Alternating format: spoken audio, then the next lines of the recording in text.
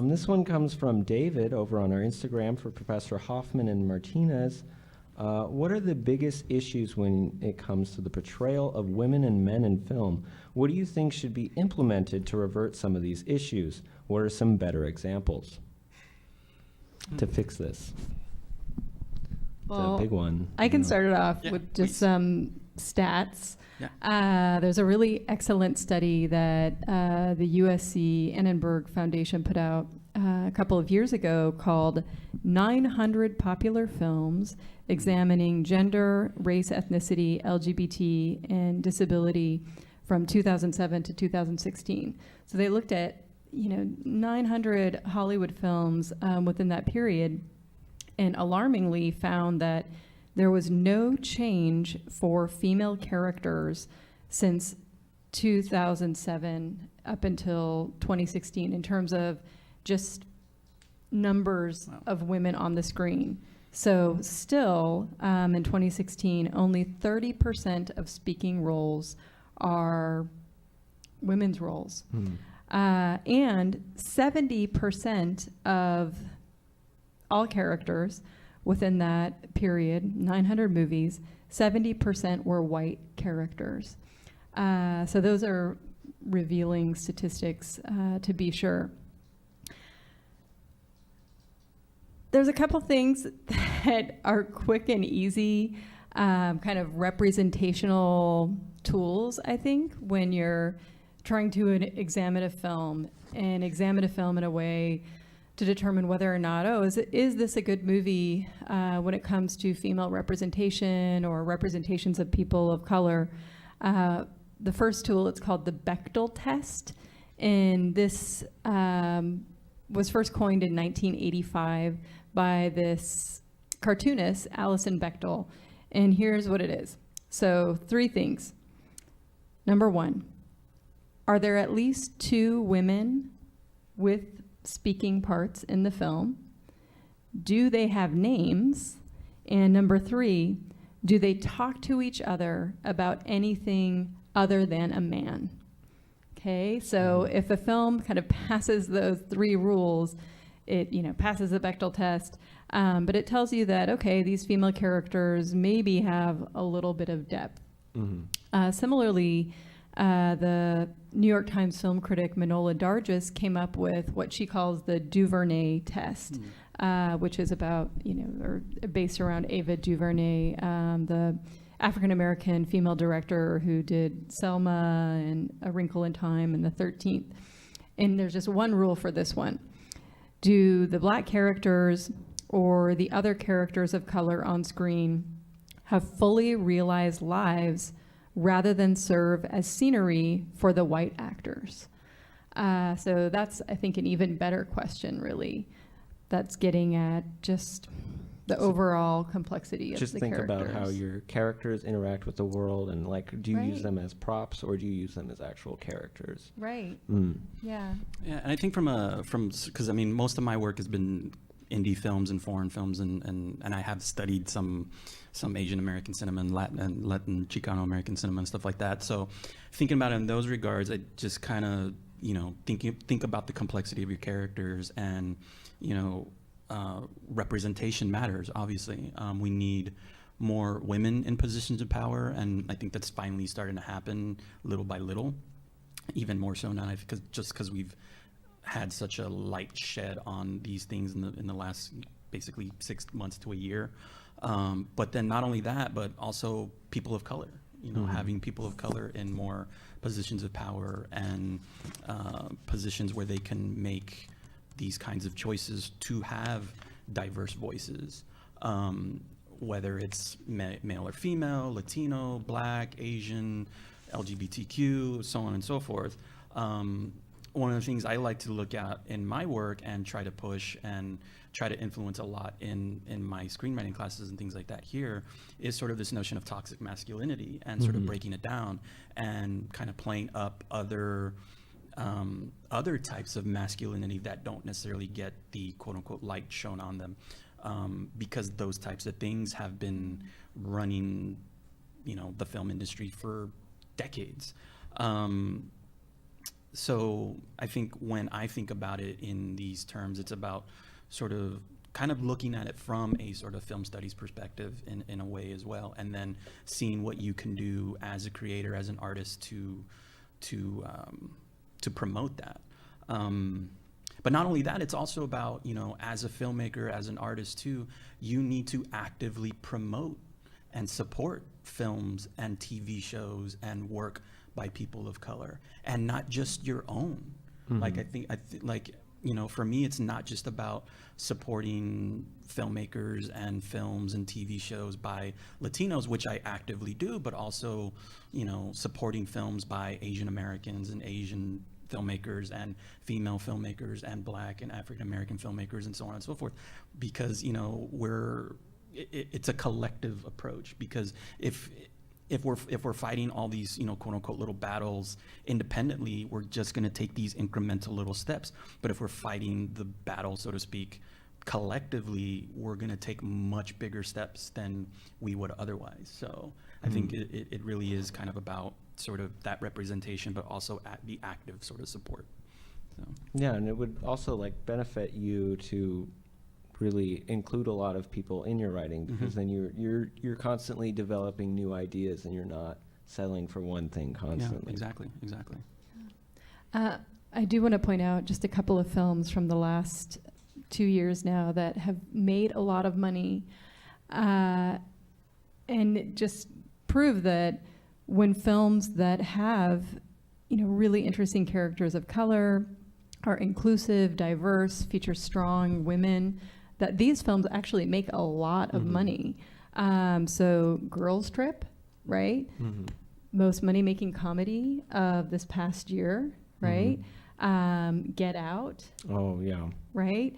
Also made a ton of money. And then a film that I've been showing in my class this last week, and I know you show this film too, Arrival. Oh, I haven't seen that one. With such a complex female character and a really interesting, you know, romantic partner, right? The male character, but who plays a supporting role. So that was interesting to see. Yeah, and to sort of follow up on that, piggyback on that a little bit, like, you may laugh at this, but, you know, even a film like Fast and Furious, because its cast is so diverse, and it attracts that much more diversity in the people that go to see it. It's ridiculous and it's over the top, but I love those films for those reasons. But they are so diverse, and it's amazing. But even like supporting Netflix shows that are diverse, like one that kind of just flew under my radar, and I'm so grateful that I found it, is a show called On My Block, and it is hands down probably one of the best shows I've seen come out of Netflix or any streaming service in quite some time.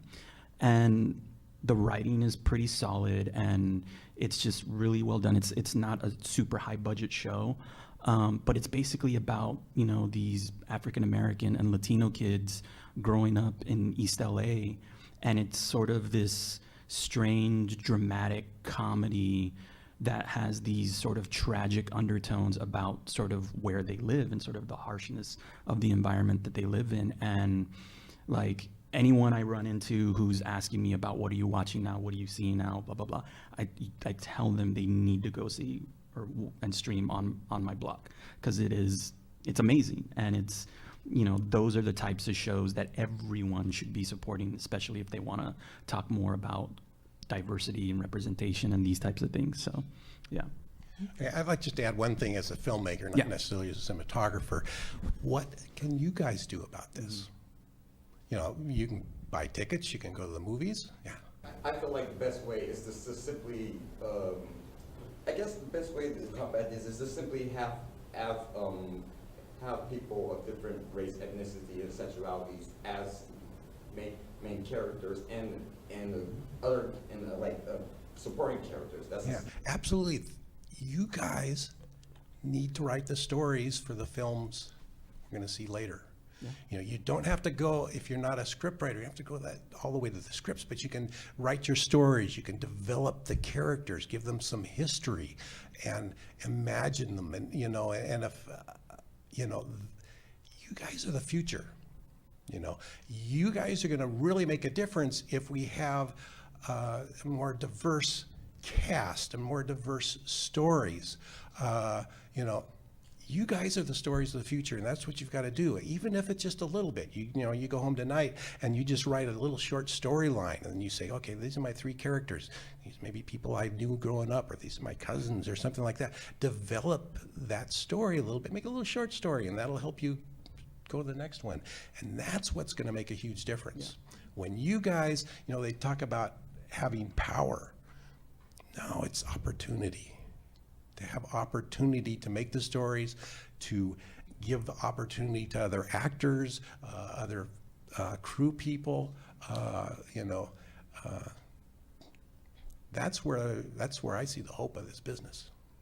It's in the women, it's in the people of color. It's just everybody out there. You guys are here because you're interested in making movies. And you can start by taking classes here at Long Beach City College, like Intro to Screenwriting or Cinematography or Film Studies. Yeah, but don't even do that. Y'all got jobs. In time of your break or something, you got a break instead of, going out and smoking a cigarette or taking a coffee or something. Just start making, that was an interesting person I served at the table or something like this. That guy really neat. That person's really interesting. I'm going to invent a history for that person. Keep that notebook with you at all times. Yep. You know what I got in my pocket, right, Alex? Right there. Keep it with me all the time, and I have that pen with me all the time. When I have ideas, notes, they're all in there, and I go reference them. So it's not just going to classes helps, but it's got to be, if this is really what you want to do, it's your life. Yep. And you've got to live it. You've got to believe it. You've got to have the courage to keep going. Yeah. Otherwise, how many film schools are in Southern California? You got, the way you can be different is by you guys fighting and working hard every waking moment, and that it just improves yourself. I'm excited for the future. Yeah, thank you. So absolutely nothing about cinematography. No. Well, following up on that, I was just thinking a lot of what I hear about producers is they say, well, you need a star, and usually they're thinking of a white star or a white male actor. But you were saying diversity brings in more people. So money-wise, you think they would want to do that? Do you think they're not doing it just because it's just institutionalized racism, or do you just think? Yes, mostly. That's it? Yeah. And that those who have had the power to greenlight certain productions, and even within talent agencies, there's kind of a pipeline, if you will, that pushes along this kind of sameness, right? Mm-hmm. That oftentimes is very white and very male.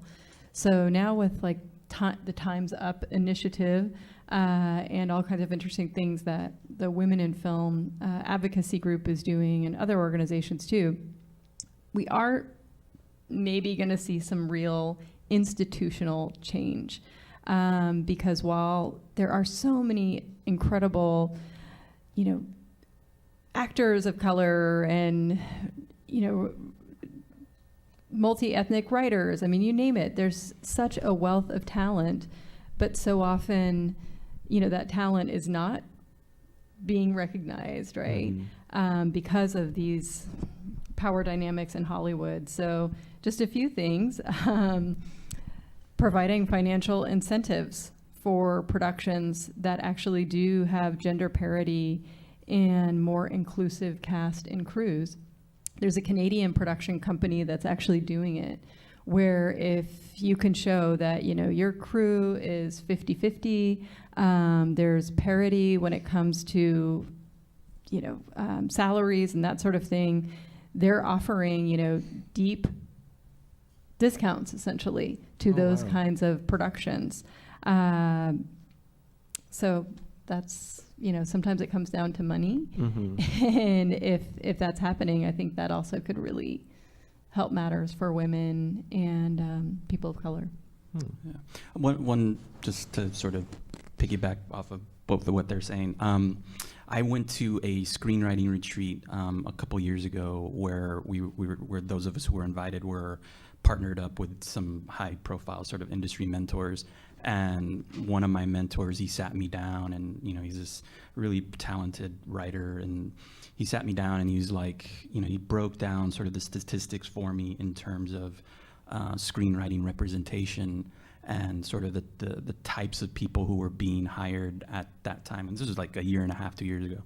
And he was like, and this is a white male straight guy, this is like probably late 40s, early 50s.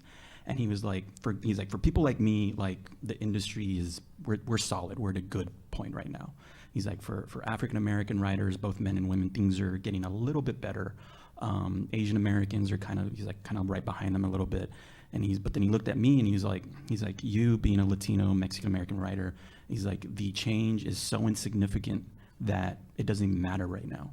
He's like, it's nothing. He's like, what do you feel about that? How do you think about that? And it really, really kind of shocked me. So kind of hearing what Professor Parrish and Hoffman are saying, they're both absolutely right. It's about, as he was saying to you, like, go out there and create, make stuff, write stuff.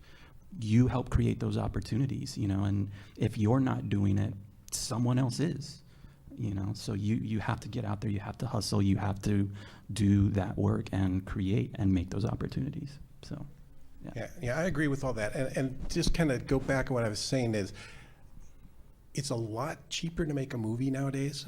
A lot cheaper. I don't know if anybody saw it, but a movie was released last month called Unsane by Steven Soderbergh. Shot totally on an iPhone.